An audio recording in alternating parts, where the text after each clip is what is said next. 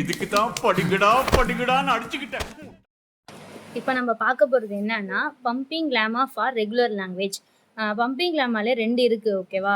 Regular லாங்குவேஜில் ஒன்று இருக்குது, இன்னொன்று வந்து கான்டெக்ஸ்ட் ஃப்ரீ லாங்குவேஜில் வந்து ஒன்று இருக்குது. இப்போ நம்ம பார்க்க போகிறது ரெகுலர் லாங்குவேஜில், ஓகேவா? அதில் வந்து என்ன கொடுத்துருக்காங்கன்னு கொஷின்ஸில் வந்து தெளிவாக பாருங்கள். வெறும் பம்பிங் லேமான்னு கொடுக்க மாட்டாங்க, கூட ஏதாவது ஒன்று கொடுத்துருப்பாங்க, அதை வச்சு தான் நீங்கள் சம் போடணும், இல்லைனா மொத்த சம்மு தப்பாயிடும்.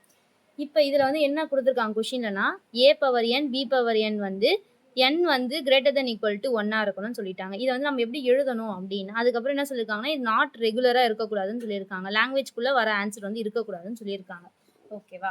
இப்போ ஃபர்ஸ்ட் நம்ம இந்த வந்து எப்படி எழுதணும் அப்படின்னா, என்ன சொல்லியிருக்காங்க, greater than equal to 1 start ஆகலாம். இப்போ இந்த n பக்கத்தில் நான் 1 போட்டேன்னா என்ன கிடைக்கும்? எனக்கு ஒரு a ஒரு b கிடைக்குமா? நெக்ஸ்ட் இந்த n வந்து கிரேட்டர் 1 முடிஞ்சிச்சு. நெக்ஸ்ட் 2, அப்போ 2a 2b கிடைக்கும் 2 போட்டா. நெக்ஸ்ட் 3 போட்டா 3a 3b கிடைக்கும். அண்ட் 4 போட்டா 4a 4b கிடைக்கும். இந்த மாதிரி போகும், ஓகேவா? இதை ஃபர்ஸ்ட் எடுத்து எழுதிக்கணும். இப்போ நெக்ஸ்ட் என்ன பண்ணுன்னா, நம்மளுக்கு வந்து இந்த சம்ம போடணுன்னாலே ஒரு 3 ரூல் இருக்குது. இதை மூணுத்தையும் நம்ம சாட்டிஸ்ஃபை பண்ணால் மட்டும்தான் இது வந்து ரெகுலராக நாட் ரெகுலராக நம்ம கண்டுபிடிக்க முடியும். ஃபர்ஸ்ட் ரூல் என்னன்னா, வர ஒய் வந்து நாட் பிலாங்ஸ் டு எப்சிலானாக இருக்கணும். நெக்ஸ்ட்டு எக்ஸ் ஒய்யோட ஆன்சர் வந்து greater than less than equal to என்னாக இருக்கணும். நெக்ஸ்ட் வந்து எக்ஸ் ஒய் பவர் கேவோடது வந்து இசட். இந்த லாங்குவேஜ் வந்து ஐ மீன் இதை சப்ஸ்டியூட் பண்ணுவோம். நம்ம பண்ணதுக்கப்புறம் லாங்குவேஜ் வந்து இருக்கா இல்லையான்றதை சாட்டிஸ்ஃபை பண்ணணும், ஓகேவா?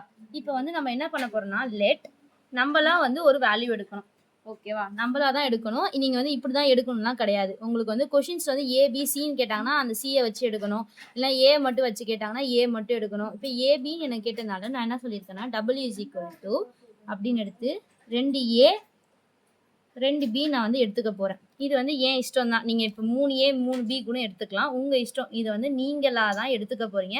மோஸ்ட் ஆஃப் இந்த சம்முக்கு இப்படி தான் எடுக்கணும் அப்படின்றத வந்து நீங்கள் ஞாபகம் வச்சுக்கிட்டிங்கன்னா உங்களுக்கு போகிறதுக்கு ஈஸியாக இருக்கும். இப்போ நான் என்ன பண்ணேன், 2a 2b எடுத்துக்கிட்டேன் ஈஸியாக போகிறதுக்காண்டி. இதை வந்து n வேல்யூன்னு சொல்லுவாங்க. இது எத்தனை கவுண்ட் இருக்கோ அது வந்து n வேல்யூ. இப்போ 1 2 3 4 எடுத்திருக்கேன். அப்போ n வேல்யூ வந்து எனக்கு வந்து 4. இதையும் நீங்கள் வந்து எடுத்து வச்சுக்கணும் ஃபஸ்ட்டு. இப்போ எக்ஸு ஒய் இசட் மூணுமே இந்த வேல்யூவை நான் செப்பரேட் பண்ணி கொடுக்கணும். இதுக்கு வந்து நான் வந்து ஈஸியாக உங்களுக்கு ஞாபகம் வச்சுக்கோ, எல்லாத்துக்குமே ஈஸியாக போகிறதுக்காண்டி ஒரு டெக்னிக் இருக்குது. எப்பயுமே இப்போ எத்தனை வேல்யூ வேணால் இருக்கட்டும் இங்கே, ஓகேவா? ஃபஸ்ட்டு 2 வேல்யூ எத்தனை வேல்யூ இருந்தாலும் ஃபஸ்ட்டு 2 வேல்யூ எக்ஸுக்கு மட்டும்தான் நீங்கள் தரணும் எப்பயுமே. அதே மாதிரி கடைசி ஒரு வேல்யூவை வந்து இசட்டுக்கு மட்டும்தான் தரணும். நடுவில் எத்தனை வேல்யூ இருந்தாலும் சரி, 1 4 5 எத்தனை வேல்யூ இருந்தாலும் அதை வந்து ஒய்க்கு வந்து கொடுத்துடணும். இதுதான் வந்து ரூல், ஓகேவா? இது 2, இது வந்து 1. இந்த ஒய் மட்டும் எத்தனை வேணா இருக்கலாம், ஓகேவா? இந்த ரூல் ஞாபகம் வச்சுக்கிட்டிங்கன்னா உங்களுக்கு வந்து சம் போகிறதுக்கு ஈஸியாக இருக்கும். இது வந்து ஒரு ஷார்ட்கட் மாதிரி, ஓகேவா? இப்போ என்ன பண்ண போகிறேன், ஃபஸ்ட்டு என்ன சொன்னேன், ஃபஸ்ட்டு 2 வந்து அப்படியே எக்ஸுக்கு எடுத்துக்கணும்னு சொன்னேன். அதனால் 2a எக்ஸுக்கு எடுத்துக்கிட்டேன். நெக்ஸ்ட் என்ன சொன்னேன், கடைசி இருக்கிறத வந்து இசட்டுக்கு எடுத்துக்கணும். கடைசினா ஒரு பியை மட்டும்தான் நான் எடுத்துக்கணும். இப்போ நடுவில் எத்தனை இருக்குது, ஒரே ஒரு பி தான் இருக்குது, அதை வந்து நான் ஒய்க்கு எடுத்துக்கிறேன்.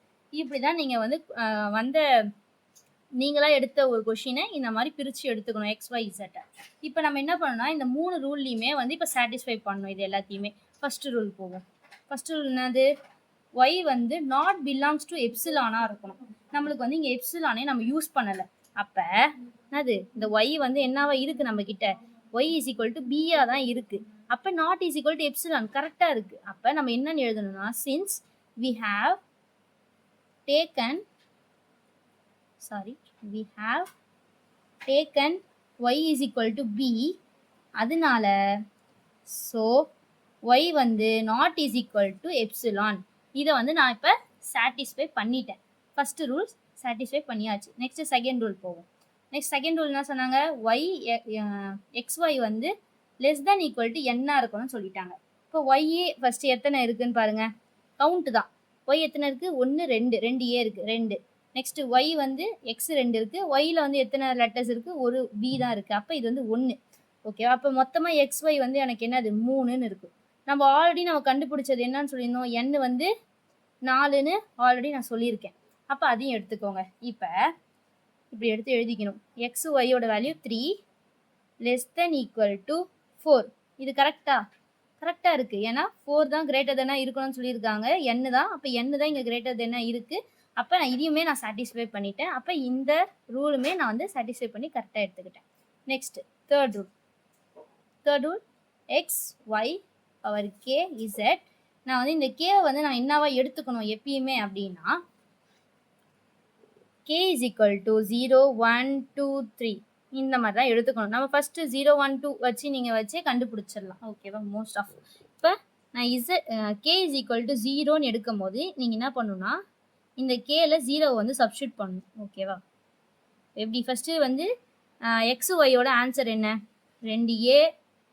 இங்கே பாருங்கள் 2a ஒரு b, அதான் எக்ஸ் ஒய். 2a ஒரு b போட்டுக்கிட்டேன். பிக்கு மேலே மட்டும் பவரில் வந்து 0 போட்டுக்கிட்டேன். ஏன்னா என்னது ஒய்க்கு பவரில் தான் வந்து கே வந்து இருக்குது. அப்போ நான் என்ன பண்ணணும், இதுக்கு 0 போட்டுக்கிறேன். நெக்ஸ்ட்டு வந்து என்னது இசட் வந்து ஒரு b இருக்குது. இப்போ இதை வந்து சப்ஸ்டியூட் பண்ணுங்களேன். உங்களுக்கு வந்து ஏ கிடச்சிரும். இது வந்து எனிதிங் பவர் மேலே 0 வந்து என்னது 1. அப்போ இது வராது. அப்போ மீதி ஒரு b தான் வரும். அப்போ நம்ம கொடுத்த கொஷினுக்கும் இதுக்குமே நம்ம எடுத்த டபிள்யூக்கும் இதுவும் வந்து நான் ஈக்குவலாக இல்லை. அப்போ இந்த ஆன்சர் வந்து நாட் பிலாங்ஸ் டு லாங்குவேஜ் அப்படின்னு சொல்லி கொடுத்துடணும். ஓகேவா? அது வந்து ஒரே மாதிரி இல்லைன்னா நாட் பிலாங்ஸ் டு லாங்குவேஜ். இப்போ கே இஸ் ஈக்குவல் டு 1ன்னு எடுத்துக்கணும். அதே மாதிரி இப்போ அதே மாதிரி கே இது சேம் எழுதிக்கோங்க.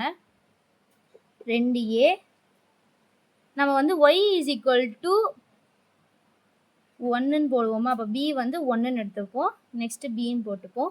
இப்போ எடுத்துக்கிட்டா என்னாகும்? 2a அந்த 1ன்னு இருக்கும்போது அதே b தான் வரும். கரெக்டு. அப்போ என்னது நம்மளுக்கு கொடுத்த டபிள்யூ ஏபிபி அதுவும் நம்மளுக்கு வந்த ஆன்சர் ஏபிபி ரெண்டுமே ஒரே மாதிரி இருக்கிறதுனால இது வந்து பிலாங்ஸ் டு லாங்குவேஜ். ஓகேவா? அப்போ பிலாங்ஸ் ஆகுது அப்படின்னு சொல்லியாச்சு. Next K is equal to 2. அதே மாதிரி சேம் ஏஏ பவரில் 2 போட்டுக்கணும். இப்போ 2a பி வந்து என்னது பவர் 2ன்றனால 2b போட்டுக்கணும். அதுக்கப்புறம் இங்கே இருக்க பிஏ போட்டுக்கணும்.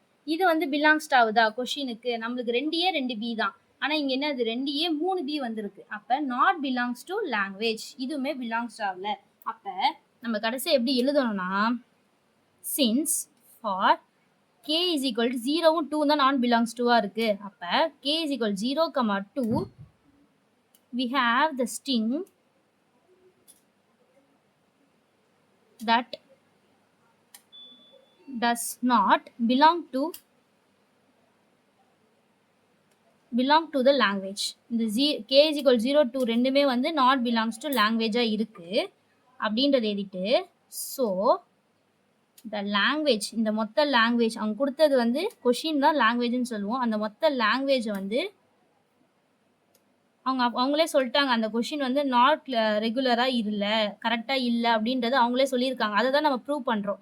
அப்போ அவங்க கொடுத்த கொஷின் இஸ் நாட் ரெகுலர். அவங்க சொன்னபடி நான் வந்து இது நாட் ரெகுலர்னு ப்ரூவ் பண்ணியாச்சு. ஓகேவா? இவ்வளோதான். இந்த கொஷின் வந்து நாட் ரெகுலர்னு சொன்னாங்க. அதே மாதிரி இவங்க சொன்ன ரூல் படி போட்டதில் இது வந்து நாட் பிலாங்ஸ் டுவாக வருது. ஓகே, இது வந்து பிலாங்ஸ் டுவில் வந்துருச்சு. அப்போ என்னது எல்லா ரூலுமே சாட்டிஸ்ஃபை ஆனதால் நம்மளுக்கு என்னது இட் இஸ் நாட் ரெகுலர்னு நம்ம கடைசி ஆன்சரை கொடுத்துட்டோம். இவ்வளோதான். இதுதான் பம்பிங் லாங்குவேஜ்.